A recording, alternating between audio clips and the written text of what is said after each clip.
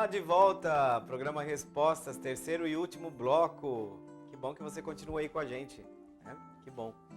E você pode ainda, nós temos tempo para isso, você pode enviar a pergunta para nós aí no 3349-1015 ou pelo WhatsApp 993470532, né? Que bom que você continua aí com a gente. E nós vamos voltar então para responder as perguntas que nos chegaram. E agora nós passamos para a pergunta do Rafael, lá do Iraci Coelho. Uma saudação a todo o pessoal do bairro Iraci Coelho. A pergunta do Rafael é: Jesus Cristo é verdadeiramente Deus? Olha, Rafael, isso tem que ficar... É muito boa e muito oportuna a sua pergunta, porque isso tem que ficar muito claro para nós. Porque nós não estamos tratando aqui de um ponto a mais, ou um ponto secundário da nossa fé, mas um ponto central, tá?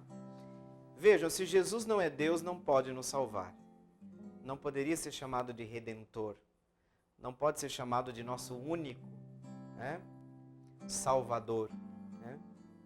Vejam, naquele o credo que nós rezamos, aquele mais longo, né, se diz assim de Jesus: Deus verdadeiro, né, de Deus verdadeiro, luz da luz, gerado, não criado, consubstancial ao Pai.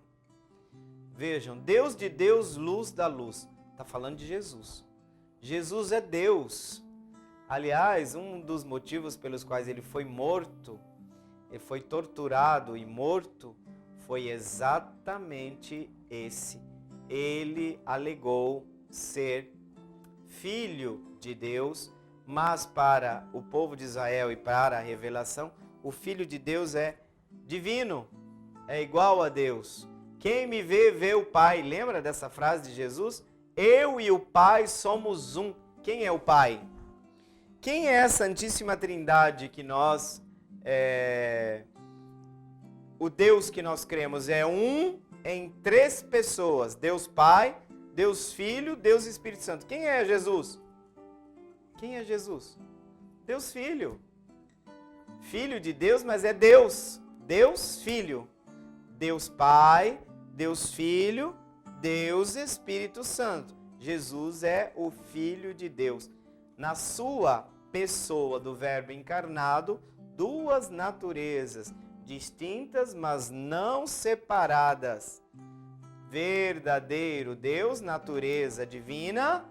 Verdadeiro homem, natureza humana. Verdadeiro homem.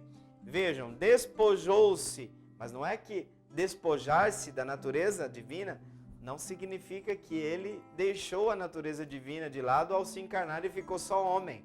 Não, as duas naturezas estão indissoluvelmente unidas no mistério da pessoa do Filho de Deus. Pré-existente desde todo sempre, o Verbo de Deus se encarnou. Quem que é o Verbo? Não é um fantasma, é o Filho de Deus, que existe com o Pai desde todo sempre.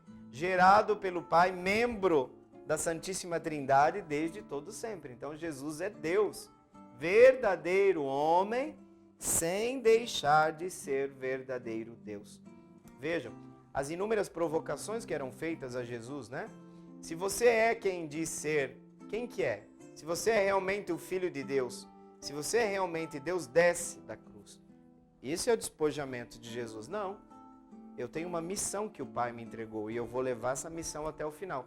Eu não vou deixar que os poderes da minha natureza divina diminuam aquilo que é próprio da minha natureza humana. E ele vai passar pela morte.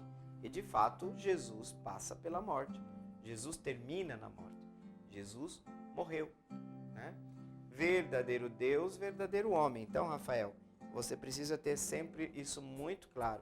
Se Jesus desce à mansão dos mortos e não é Deus, não pode nos resgatar. Se une, é primogênito dos mortos, porque pela sua natureza humana se uniu de maneira misteriosa a todo ser humano que vem a este mundo. E na sua humanidade nós temos a porta para a salvação, nós temos a porta para a entrada no reino de Deus, a plenitude, a realização plena, a plenificação de todo o nosso ser com o nosso inserimento na comunhão divina, na comunhão da Trindade. Mas Jesus é o Filho de Deus, Deus Filho, membro da Santíssima Trindade, que é um só Deus, que nós professamos ser um só Deus, uma única essência, uma única substância, mas três pessoas distintas. O Pai é o Pai e não dá ao Filho ser Pai. O Filho é o Filho e não dá ao Pai o ser Filho ou ao Espírito o ser Filho. E o Espírito é o Espírito. Distintos, né? Três pessoas distintas, mas uma única essência divina. Tá bom? Rafael, obrigado. Muito obrigado pela sua pergunta, né? É interessante porque nós precisamos ter muito claro a nossa fé, né, com relação ao mistério de Cristo. Por quê? O mistério de Cristo é central. O mistério de Cristo é central para a nossa fé, né? A pergunta da Paula, também uma pergunta muito interessante, Paula. Os critérios, ela vai perguntar sobre os critérios para escolher os padrinhos. A Paula é lá do bairro Itamaracá, né? Do bairro Itamaracá. E a gente quer enviar uma saudação para todo o pessoal lá do Itamaracá. A Paula pergunta: quem devem ser os padrinhos de batismo? Como devemos escolher? Olha, Paula, aqui dá pano para manga os critérios que ainda nós, no senso comum, no popular, nós temos, né? Como é que a gente leva em conta o critério para escolher um padrinho? Ah, tem que ser alguém que tenha condições de dar um presente, né? Normalmente nós olhamos o quê? A situação financeira do padrinho. Ou a gente quer homenagear alguém que a gente gosta, né? Nossa, uma pessoa que foi importante, que é importante na nossa vida, um amigo do pai, do papai, ou um amigo da mamãe. Gente, esses critérios para a igreja não bastam. Por quê? Porque os padrinhos assumem uma missão no dia do batismo. Qual missão é essa? Auxiliar, coadjuvar, estar ali ao lado, ligar de vez em quando para o pai, e daí? Para a mãe. E aí, você já ensinou o João a fazer o Pai Nosso? Aliás, a fazer um sinal da cruz? A rezar um Pai Nosso, uma Ave Maria, a oração do anjo da guarda. Cobrar o pai e a mãe, dizer: olha, vocês estão rezando com ele à noite? Está ensinando, né? Ele juntar as mãozinhas, fazer a oração antes de dormir, dizer bom dia para Deus também quando acorda. Como que uma pessoa vai cobrar isso, gente, se ela não vive isso? Tem que ser uma pessoa que tem um caminho de fé. Você deve escolher o critério fundamental. É óbvio que não tem problema que você queira homenagear uma pessoa, mas tem que ser aquela pessoa que vai assistir, tá? Vai coadjuvar os pais, vai estar ali junto para ajudar os pais de 0 a 7 anos, que a igreja entrega para vocês aquela criança. Que a transmissão da fé na sua fase inicial, na sua fase embrionária, vai ficar por responsabilidade de você. Então tem que ser um testemunho de fé, gente. Esse é o critério básico. Tá, Paula? Esse é o critério essencial. Não pode ser só alguém que vai dar presente, alguém que é rico, alguém que é... Não, tem que ter os critérios. Os padrinhos ficam assim na ausência dos pais ou, né, eventualmente, eles têm essa grande responsabilidade de educar, fazer com que aquela criança possa crescer segundo os ensinamentos, né? Segundo a nossa fé, segundo aqueles critérios que a fé nos oferece para assumir. Por quê? Porque é importante, né? É importante transmitir o dom da fé, a herança, né? A grande herança da fé para os nossos filhos. Não é só deixar filho com conta no banco, não. É preciso olhar para além disso. E nesse sentido, os padrinhos têm que ser pessoas que testemunham, tá? Agora se diz o seguinte: a igreja diz que existe um mínimo de esperança. A família, os padrinhos têm que dar um mínimo de esperança de que alguém ali vai, caso os outros se omitam na sua missão de formar aquela criança, de educar aquela criança na fé, que vão assumir essa responsabilidade. Basta que pelo menos um, entre pai, mãe, padrinho e madrinha, que pelo menos um seja alguém que dê uma fundada esperança. Está lá no Código do Direito Canônico. Pelo menos um dos 4 tem que dar uma fundada esperança de que essa criança vai ter uma educação cristã, né? Esse é um aspecto que é muito importante, viu, Paulo? É muito importante a gente ter em mente, né, como critério para escolher os padrinhos do batismo. Participação na vida da comunidade, testemunho de fé, testemunho de vida, né? Isso é muito importante. Esse é o critério que a igreja espera que a gente tenha, né? Muito bem, obrigado, Paula, obrigado pela sua participação, né? E aqui nós temos uma pergunta também da Lucilene, me parece que essa pergunta chegou também no programa passado, do Aero Rancho, né? Lá do Aero Rancho. Opa, saudação para o pessoal lá do Aero Rancho. Deus abençoe todos vocês aí. A pergunta da Lucilene: a pessoa que não vive o namoro santo não pode confessar? Vejam, Lucilene, partindo do pressuposto que a igreja... O que a igreja pensa do namoro? Tá? A igreja pensa que o namoro, ele é um período que ele tem uma função bastante específica. Tá? É uma função pré-matrimonial. O que significa pré-matrimonial? Uma função preparatória para o matrimônio. Se é preparatória para o matrimônio, a igreja diz que esse é um tempo de quê? De ficar se abraçando, se beijando o tempo todo e tendo relações? Não. É um tempo de conhecimento recíproco.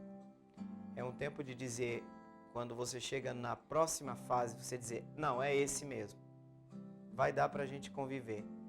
Apesar das nossas diferenças, apesar das nossas dificuldades, o amor vai vencer sempre. Aí que você vai dar o próximo passo. Então é um tempo muito importante o tempo do namoro, gente.